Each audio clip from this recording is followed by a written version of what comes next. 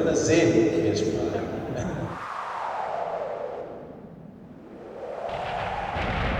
O ano de 2012 surgiu como o nascer de um sonho na Rainha da Fronteira. Em novembro de 2011, iniciou a construção da cidade de Santa Fé, um cenário grandioso, muito fiel às primeiras povoações gaúchas. Sendo herdeira desse legado, Bagé foi escolhida para sediar o principal ponto das gravações do filme do diretor Jaime Monjardim. Essa região toda que a gente está trabalhando aqui é impressionante. Você tem uma luz deitada durante todo esse período, né? Você tem os locais são impressionantes, a natureza, campos nativos, né? Você tem todos os ingredientes que darão vida a esse universo do Érico Veríssimo. Dedicado ao projeto de transpor para o cinema uma das maiores obras da literatura brasileira, o diretor escolheu vários municípios da região da Campanha para reviver a saga de Érico Veríssimo. Em Bagé, o maior legado da passagem da produção está na cidade de Santa Fé, que concentra olhares do Brasil inteiro. Filmado de 4 de abril a 26 de maio de 2012, também nas cidades de Aceguá, Candiota, Pedras Altas e Pelotas, a produção desenvolveu forte identificação regional, traduzida no sentimento de bagienses como o cineasta Zeca Brito. Eu estou aqui, acima de tudo, como bagiense, por um dever cívico de ver uma mega produção chegando em Bagé e me sentir na obrigação de colaborar com o que eu puder. Em primeiro lugar. Segundo lugar, como diretor de cinema, que vê uma grande oportunidade de estar junto dos melhores do Brasil e talvez do mundo. Mas, acima de tudo, como bagiense, que sabe que, na medida que eles estiverem aqui, o nosso potencial humano, estético, cultural, histórico, precisa ser mostrado. Com a ajuda da mão de obra de mais de 200 trabalhadores, a cidade cenográfica foi adquirindo forma e Santa Fé foi surgindo no horizonte bagiense. A central de operações do filme, responsável por todo o trabalho por trás das câmeras, se instalou no Palacete Pedro Osório. O filme acabou gerando mais de 3 milhões de visualizações nas redes sociais nos últimos tempos. São plataformas diferentes, acho que uma não estraga a outra, a gente tem que aprender a usar essas plataformas para uma apoiar a outra. E a gente ficou surpreso com a resposta que a gente teve do público, que a gente está tendo, né, que hoje a gente já atinge mais de 3 milhões de pessoas indiretamente, mais de 5 milhões de fotos clicadas, né, não apenas vistas. Ao longo dos dias, enquanto o roteiro se concretizava, bagienses envolvidos na produção e figuração registravam suas impressões, o que ajuda a aumentar a expectativa com o resultado da produção. Todos esses momentos deixaram marcas na história de Bagé, que aguarda ansiosamente a estreia do filme em 2013.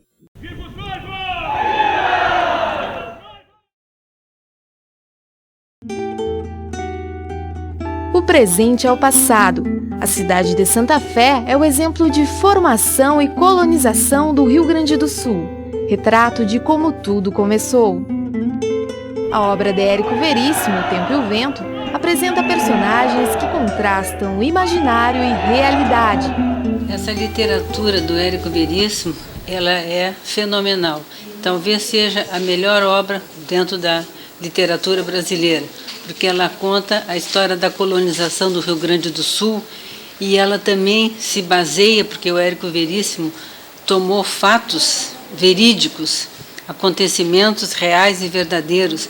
E o que ele retrata na obra dele também são pessoas que viveram, que vivenciaram, que lutaram por essa terra, que ajudaram a formar essa região. E para Bagé foi um enriquecimento, porque as pessoas se uniram em torno da filmagem, houve uma unidade, receberam bem os visitantes, participaram, ajudaram. E ainda a direção deixou a cidade cenográfica de Santa Fé como legado para o município de Bagé. Como influência direta, a produção inspirou grande interesse pela leitura.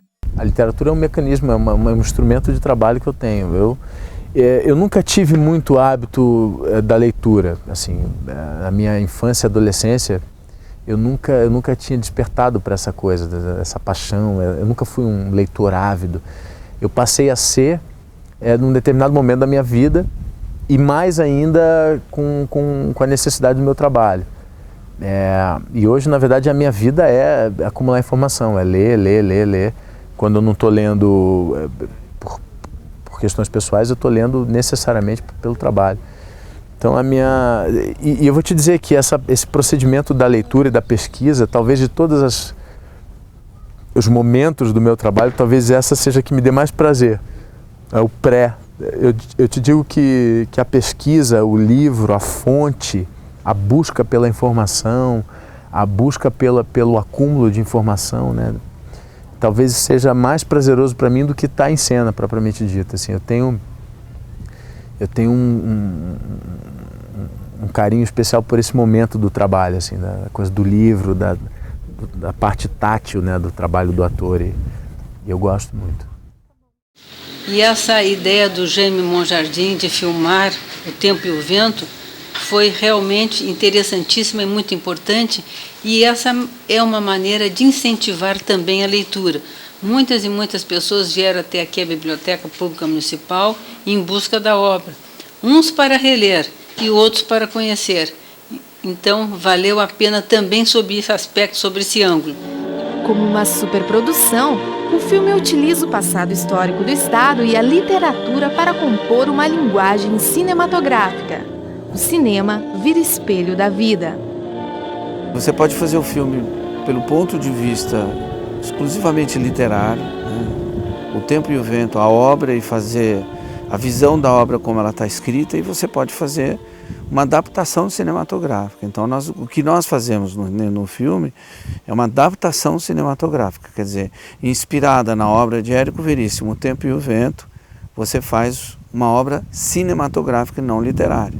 Então é óbvio que quando você faz uma adaptação cinematográfica, algumas coisas são diferentes. Você não está, digamos assim, filmando o que está escrito no livro. Você faz uma versão pessoal, escrita e reescrita, e com um olhar teu pessoal sobre a obra. Para aumentar a expectativa, coube a um dos mais experientes diretores de cinema do Brasil contar essa obra, denotando o olhar da arte. O Rio Grande do Sul ofereceu o seu cenário. Agora, Jaime Monjardim agrega as formas literária e cinematográfica para dar vida a essa obra. O Tempo e o Vento é um fenômeno nas redes sociais. Até maio de 2012, a página no Facebook contava com 5 milhões de cliques e 650 fotos publicadas. A jornalista Milena Fischer fala sobre esse compartilhamento em massa. Todas as outras ações só provocaram assim, um interesse, né, uma curiosidade das pessoas, e não... São plataformas diferentes, acho que uma não estraga a outra, a gente tem que aprender a usar essas plataformas para uma apoiar a outra, né? E a gente ficou surpreso com a resposta que a gente teve do público, que a gente está tendo, né, que hoje a gente já atinge mais de 3 milhões de pessoas indiretamente, mais de 5 milhões de fotos clicadas, né, não apenas vistas, porque a gente vai aprendendo as métricas de redes sociais. Uma coisa é passar na tua timeline aquela foto e tu não fazer nada, outra coisa é tu clicar em cima para ver. Então a gente já tem mais de 5 milhões 400 mil cliques em fotos, né? São 640 fotos mais ou menos já compartilhadas no Facebook, na nossa página, que a gente oferece para o público. Mais um vídeo de making off feito exclusivamente para os fãs de redes sociais. Então, assim, tá super bacana interagir com as pessoas. O blog também a gente usa para dar uma visão bem assim de dentro da equipe, né, para quem não participa da equipe, uma visão muito menos jornalística e mais mesmo de blogueiro, de diário, né, de produção, assim, falar do fulano, falar do Beltrano, falar de um dia que foi maravilhoso, que a gente terminou o dia chorando porque deu tudo certo. Essa visão que um jornalista de fora não teria, né, que ninguém tem, a não ser quem está vivendo. Então, passar um pouco para as pessoas experimentarem isso, né, com informação, mas também com emoção, que só quem está ali dentro, seja figurando, seja fornecendo, seja assistindo, seja na equipe, consegue experimentar. Bom, a gente sabe que o Tempo e o Vento é um grande fenômeno nas redes sociais, né? Queria saber de vocês o que vocês pensam disso. São mais milhões de cliques nas imagens postadas, figurantes compartilhando, bagienses compartilhando encontros. O que vocês pensam disso como atores, diretores, produtores? Eu acho que o futuro hoje são as redes sociais. Você lança uma música, você lança um filme, você lança tantas coisas através das redes sociais. A tendência, eu acho que é cada vez aumentar em mais e mais e mais. Eu acredito que em 10 anos cada um vai ter sua televisão, vai fazer seu filme, vai ser seu exibidor próprio. Você vai exibir da sua casa o seu trabalho, né? Cada dia vai ser uma coisa mais... a evolução disso é muito rápida. Se a gente parar para pensar, há 5 anos atrás, mal a gente ouvia falar disso. 5 anos depois, a gente já está vivendo quase só disso, né? Então, não há possibilidade de você fazer um novo produto, você lançar um filme, lançar uma música, seja lá o que for, sem estar integrado nas redes sociais. Hoje, para mim, particularmente, a campanha dos Estados Unidos foi feita através das redes sociais. Já não precisa falar mais do que isso. O Obama se elegeu através das redes sociais. Então eu acho que a gente tem muito ainda para acontecer. O ator bagiense Tom Pérez participou do filme como Ricardo Amaral Neto. Ele contracenou com o ator José de Abreu. O jovem ator utilizou as redes para divulgar a experiência. Todos os atores estavam com seus iPhones, iPads, tudo lá na mão, a todo momento. Estão no camarim conversando, daqui a pouco eles já estão ali, tiram uma foto e já postavam no Twitter, já postavam no Facebook. Eu tive o prazer de conhecer o Cris Pereira, o Jorge da Baixaria. Então volta e meia ele estava ali, brincando, e era uma piada dele, dá vontade de tu levar o teu notebook, escutar o que ele fala e ir postando, né? Então aí eles faziam isso também, muito. A produção tirava muita foto, né? Principalmente a figuração. Nossa, a figuração era foto, tinha horas que eles não saíam do camarim para não tirar foto, porque os caras ficam, eu preciso me concentrar, né? Mas isso rolava muito lá, muito mesmo.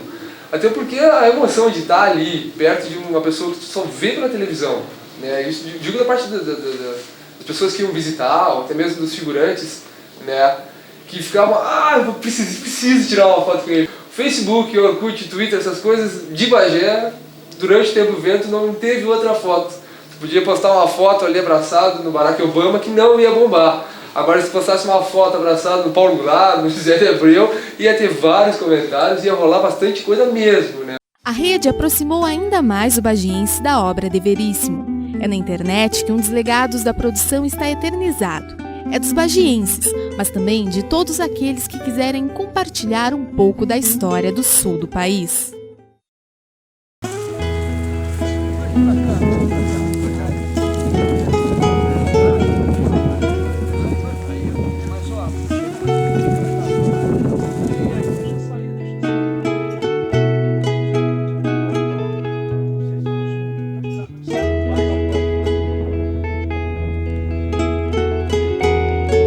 Produzir um filme é um trabalho grandioso. Dezenas de profissionais são necessários para que uma produção saia da imaginação do diretor e se eternize na tela. Para a produção de O Tempo e o Vento, além dos grandes artistas em frente às câmeras, a produção conta com grandes profissionais também nos bastidores.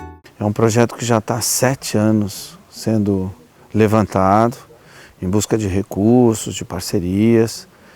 E isso é que nem você pintar um quadro, quer dizer, você encontra um tema, né? Eu sempre fui muito apaixonado pelos temas do Rio Grande, acho que desde a Casa das 7 Mulheres.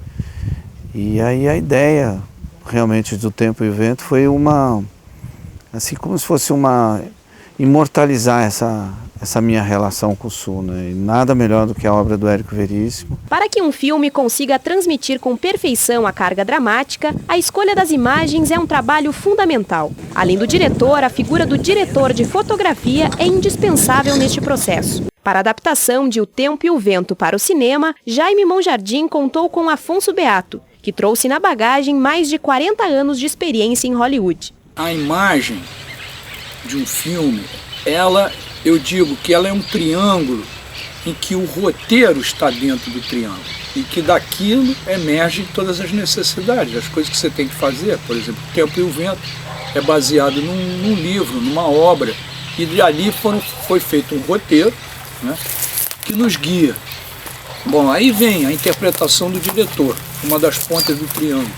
A outra ponta do triângulo é a direção de arte. E no caso, o Jaime, ele é muito conhecedor, ele é muito ativo e muito experiente. Ele mesmo foi buscar as locações. Para a produção de O Tempo e o Vento, Jaime Monjardim teve o auxílio de diversos diretores assistentes. Eles auxiliaram na busca criativa e na escolha das locações na região da campanha.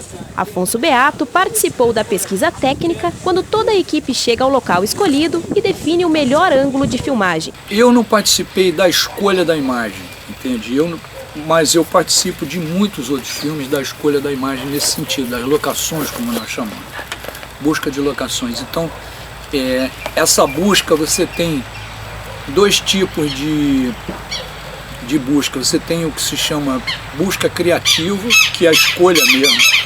E depois você tem a busca técnica, que é a que você já vem com a equipe em locações já programadas e você vê como é que você vê aquela locação. Por exemplo, essa aqui eu participei, essa locação das Missões, da Feitura das Missões, nós descobrimos aqui mesmo no Parque do Gaúcho, e fui eu que descobri a alameda que tem aqui, que daria o peso da idade das missões pela idade das árvores. Em sua experiência, Afonso Beato já trabalhou com grandes diretores de cinema, como Glauber Rocha, Walter Salles e o espanhol Pedro Almodóvar.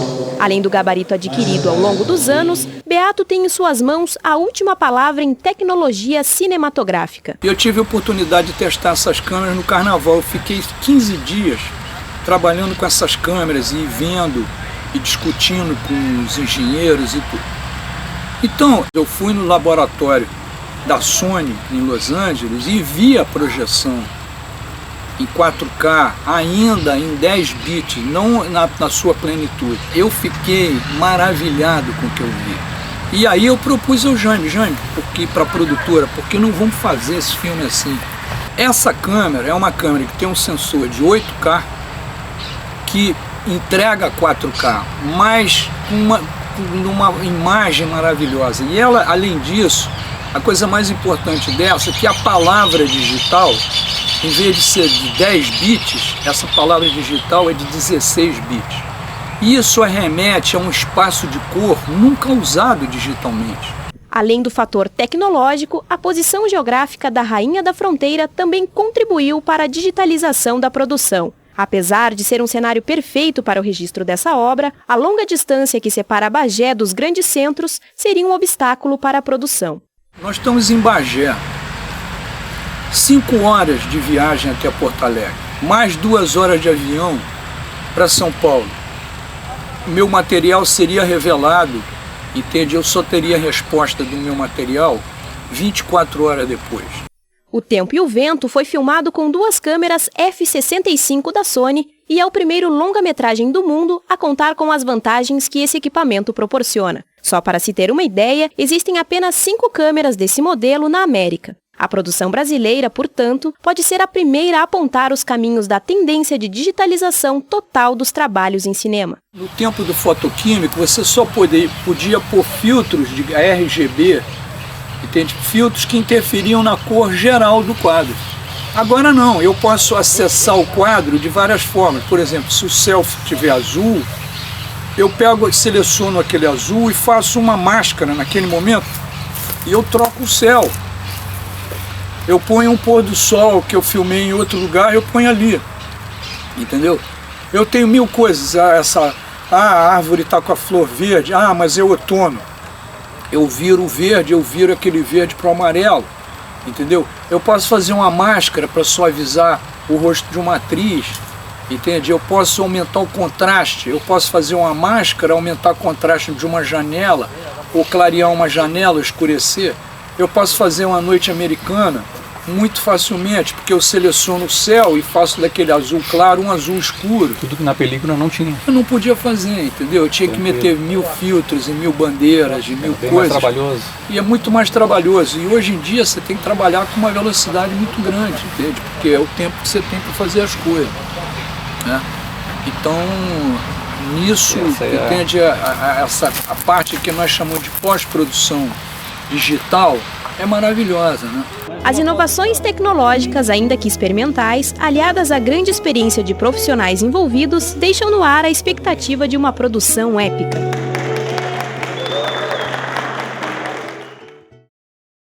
Ação! Falar de cinema em Bagé já não é tão estranho. Os jovens artistas bagienses já começam a se familiarizar com o grito de ação. Grupos de estudantes e iniciantes da sétima arte encontram uma influência forte no trabalho do jovem diretor Zé Cabrito e nas oficinas de cinema. Outras influências vêm do curso de comunicação da Urcamp e do Festival de Cinema da Fronteira. O certo é que a presença do diretor Jaime Monjardim e a bênção do filme O Tempo e o Vento apontam uma chance de perpetuar a produção audiovisual da cidade. Acho que o filme, se tivesse esse mesmo filme feito em outro lugar, não teria essa verdade cênica que ele está sendo feito aqui em Bagé. Não só pela paisagem, mas pelo material humano, pela paisagem, pela luz, mas pela complexidade histórica que a gente tem dentro da gente. Então a gente tem uma consciência do que está vivendo. O que está sendo feito, as encenações não são simples encenações. São como se a gente estivesse rememorando os nossos ancestrais, o que a gente tem de melhor, o que a gente tem de matriz em termos de cultura. O trânsito de estrelas de cinema e TV pelas calçadas também mudou a rotina da cidade. A convivência dos atores e até o deslocamento do elenco buscou incentivar a interação. Assim, os artistas sempre eram acompanhados a eventos e pelas ruas. Essa coisa de fotografia às vezes atrapalha um pouco, até eu peço desculpa para todos se um dia fui chato com alguém, mas de uma certa maneira para preservar o elenco mesmo, para preservar a pessoa que está atrás do personagem e do ator. Mas eu fico muito feliz de O Tempo e o Vento ter vindo para Bagé, de o Jaime ter escolhido a fotografia de Bagé, o Afonso Beato, que são pessoas, para mim, uns ídolos do cinema e da dramaturgia. A maioria das concentrações se deu durante as gravações em locações fora de Santa Fé, como aconteceu com a jovem atriz Maiana Moura. Tranquilo, faz parte, adoro. Tô adorando Bagé, o filme tá demais. Imagina, quase 200 anos de história, eu tô muito feliz de fazer parte desse filme. E aí contar essa história. Com um elenco de estrelas brasileiras, Jaime Monjardim escalou também atores que ilustraram as raízes comuns da formação do Rio Grande do Sul. Depois de fazer sucesso como protagonista no longa-metragem O Banheiro do Papa, filmado na fronteira de Aceguá e na cidade uruguaia de Melo, o ator uruguaio César Trancoso eliminou as distâncias geográficas para participar de O Tempo e o Vento. Eu fiz o Banheiro do Papa, que era coprodução com o Brasil, e comecei a trabalhar no Brasil. Este pouco portunhol que eu falo é porque comecei a vir para aqui, eu não falava nada.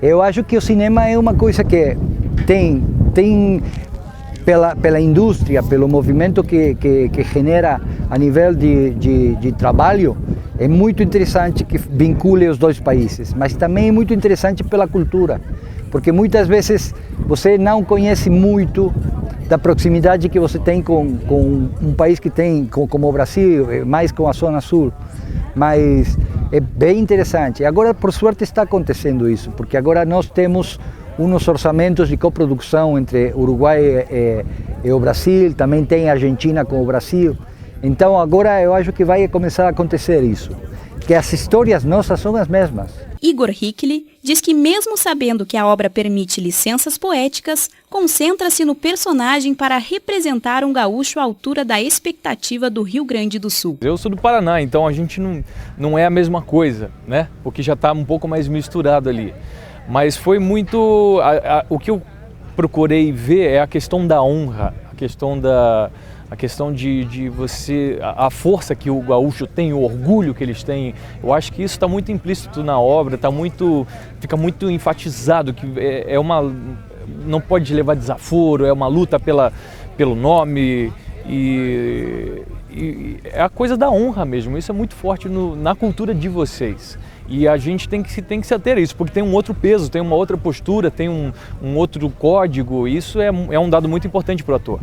Eu vi que algumas pessoas ficaram apreensivas quanto ao sotaque. Eu acho que isso é uma coisa relevante, porque, afinal de contas, é uma identidade, né? Mas eu, particularmente, pretendo amenizar ao máximo o sotaque que a gente vem trazendo, porque eu sou do Paraná, não tem nada a ver. Eu carrego um sotaque do Rio por estar morando lá há 6 anos e se acaba se habituando com esse ouvido. Mas eu acho que tentar não forçar, mas deixar a identidade de vocês um pouco para não perder a característica da coisa. Gaúchos venerados no teatro, na televisão e no cinema também marcaram presença na superprodução. Estrela de vários importantes filmes de Jorge Furtado, o gaúcho Zé Adão Barbosa encara a produção como uma oportunidade. Quando eu fui chamado pelo Monjardim para fazer O Tempo e o Vento, eu fiquei extremamente feliz, mas também bastante preocupado. É um papel muito importante. Padre Lara é o melhor amigo do Capitão Rodrigo, ele está praticamente em todas as cenas com o Capitão. Papel vivido anteriormente pelo Mário Lago, que é um ícone também, né? Um grande ator. Foi uma responsabilidade muito grande, eu fiquei muito feliz. O Tempo e o Vento foi o livro da minha vida, né? Um dos livros da minha vida. Li várias vezes, reli agora para fazer o filme, e eu acho que é um dos grandes filmes brasileiros de todos os tempos. Para quem tem vontade de ser ator, principalmente ator de cinema, isso aqui é uma pequena universidade. E o talento para o cinema pode vir das regiões menos prováveis. O assistente de direção, que montou as maiores cenas de batalhas, é um vizinho dos bageenses. Como a sua cidade natal, Santana do Livramento, não tinha produção, Fred Bonani foi buscar seu sonho em outros cenários.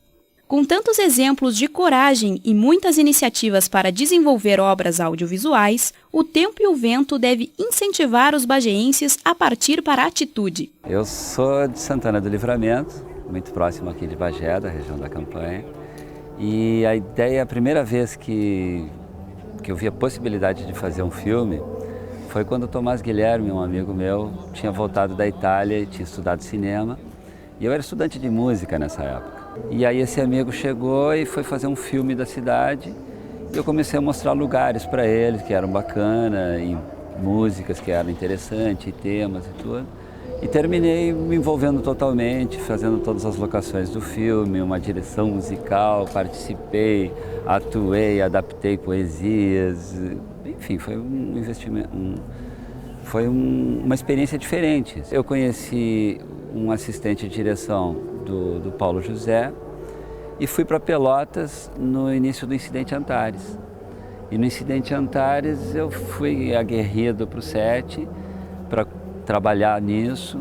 E ali aconteceu uma situação muito interessante que ninguém queria entrar dentro d'água porque a dublê ia entrar e tinham que verificar. E aí todas as pessoas estavam reticentes a fazer aquela tarefa toda e eu, aguerrido, querendo trabalhar e ter uma oportunidade, me joguei dentro d'água, sem roupa, muito frio ali. E eu coordenei toda a cena de um barco, todo o negócio que tinha, Valéria Monteiro caía dentro d'água, uma situação assim. E ali começou o meu envolvimento na contra-regra de uma minissérie global, até que o Jaime conheceu meu trabalho na Casa das Sete Mulheres. E aí eu tive a oportunidade de dirigir, junto com ele, com o Marcos Chetman, todas as cenas de batalha da minissérie. Aí fui para o Rio de Janeiro e lá consegui trabalhando em novelas, em outras minisséries. E eu acho que a gente conseguiu um resultado incrível mesmo. Assim. A batalha é muito curta, ela é uma batalha gráfica, publicitária, num termo simplista para dizer, porque ela também precisa ter pouco tempo.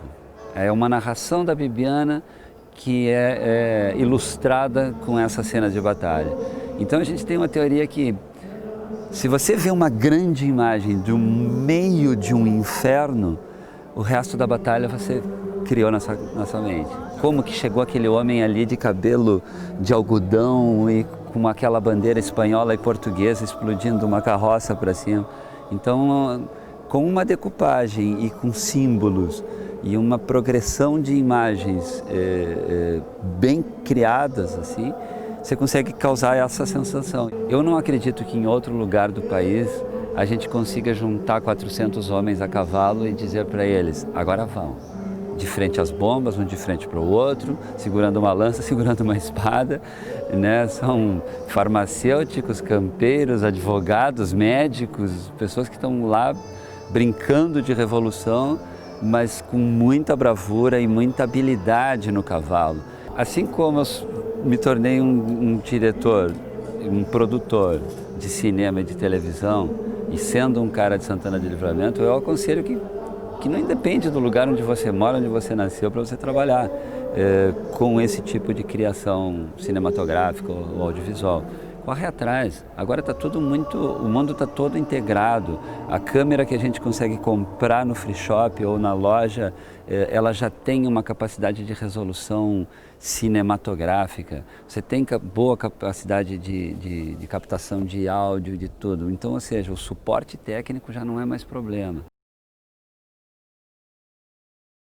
Esta imagem que vocês estão vendo não é retirada de um livro de histórias.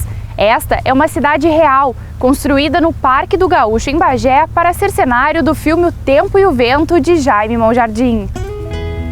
Nas terras onde foi erguida a cidade cenográfica de Santa Fé, cenas que deram vida a elementos contados nas entrelinhas do livro de Érico Veríssimo caracterizam a expansão cultural gaúcha, envolvendo poesia, arquitetura histórica e tradição no longa-metragem que promete deixar marca. Uma riqueza de detalhes, com uma vivacidade, com uma preocupação que nenhum outro historiador conseguiu atirar para dentro da literatura aspectos políticos, o jornal. Lembra, mais adiante do continente, no retrato, quando chega a luz elétrica, o retrato da luz elétrica, o retrato do telefone, são detalhes que só um Érico Veríssimo consegue fazer. A maneira com que se telefonava, a casa de comércio do turco, a colonização, enfim, o cemitério, é tudo que nós vemos hoje e ainda conseguimos enxergar no município de Bagé e municípios vizinhos a mesma Santa Fé. Nós temos presente a mesma no século XXI, para o gáudio de todos nós conseguimos perceber e ver concretamente a Santa Fé do século XIX. Durante as filmagens, muitas histórias foram contadas e vários conterrâneos tiveram participação ativa. O palco cenográfico se transformou em realidade que poucos estavam acostumados, provocando curiosidade e conhecimento da sétima arte para aqueles que fizeram parte do elenco e figuração. Quando eu vim para cá, eu não pensei muito no tamanho da obra, eu pensei mais em aprender, em conhecer, não com o que viria para a cidade. Claro que não, um pensamento certo para a comunicação.